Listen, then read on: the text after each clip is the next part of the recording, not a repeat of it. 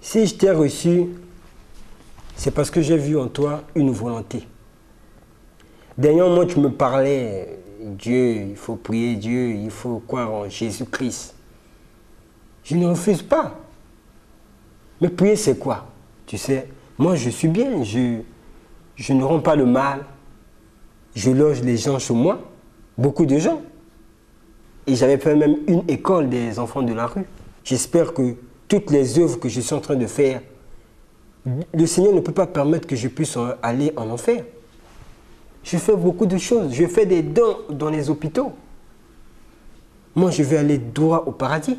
C'est par tes œuvres que tu es sauvé. Celui qui fait le mal va en enfer et celui qui fait le bien va au paradis. Mais je crois bien. Si Dieu venait par exemple à recenser tout ce que tu as fait de bien et de mal, et en faisant ce recensement-là, si Dieu constatait que tu as eu 10% de bien et 10% de mal, tu iras nulle part, tu vas partir nulle part. J'aimerais que nous puissions lire un verset biblique pour cela. Vous parlez bien, mais laissons la parole de Dieu nous éclaircir. Car c'est par la grâce que vous êtes sauvés, par le moyen de la foi, et cela ne vient pas de vous. C'est le don de Dieu. Ce n'est point par les œuvres, afin que personne ne se glorifie. Vous comprenez, mon frère, que la parole de Dieu déclare, il est écrit dans la parole de Dieu que c'est par la grâce que nous sommes sauvés. Cela ne vient pas de nos œuvres, afin que personne ne puisse se glorifier. Oh non, moi j'ai donné 1 million à l'église, donc Dieu, tu dois m'emmener au paradis. Non. Par exemple, vous avez fait des œuvres, vous avez fait des bonnes œuvres, un nombre 10 et des mauvaises œuvres 10. Et comment Dieu va faire pour vous départager?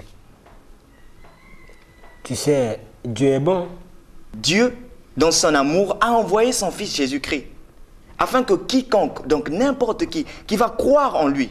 Dieu va choisir le côté positif. Non, parce que Dieu, c'est un Dieu de justice. La parole est claire, mon frère.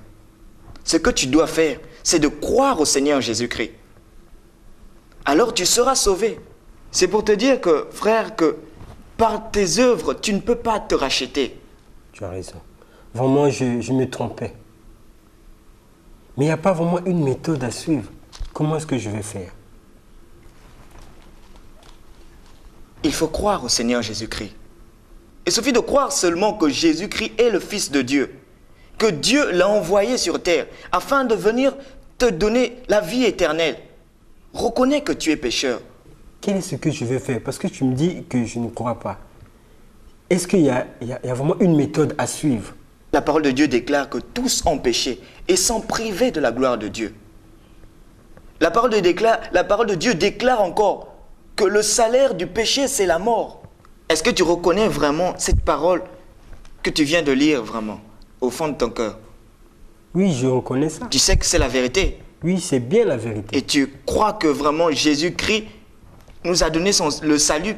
Dieu nous a donné le salut par sa grâce. Vraiment, je me donne maintenant. Je vais le suivre.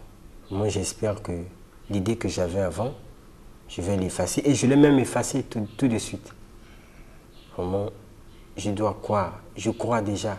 Et je vais vraiment appliquer ce que la parole nous enseigne. Amen, mon frère. J'ai réunion à l'église, on a étude biblique.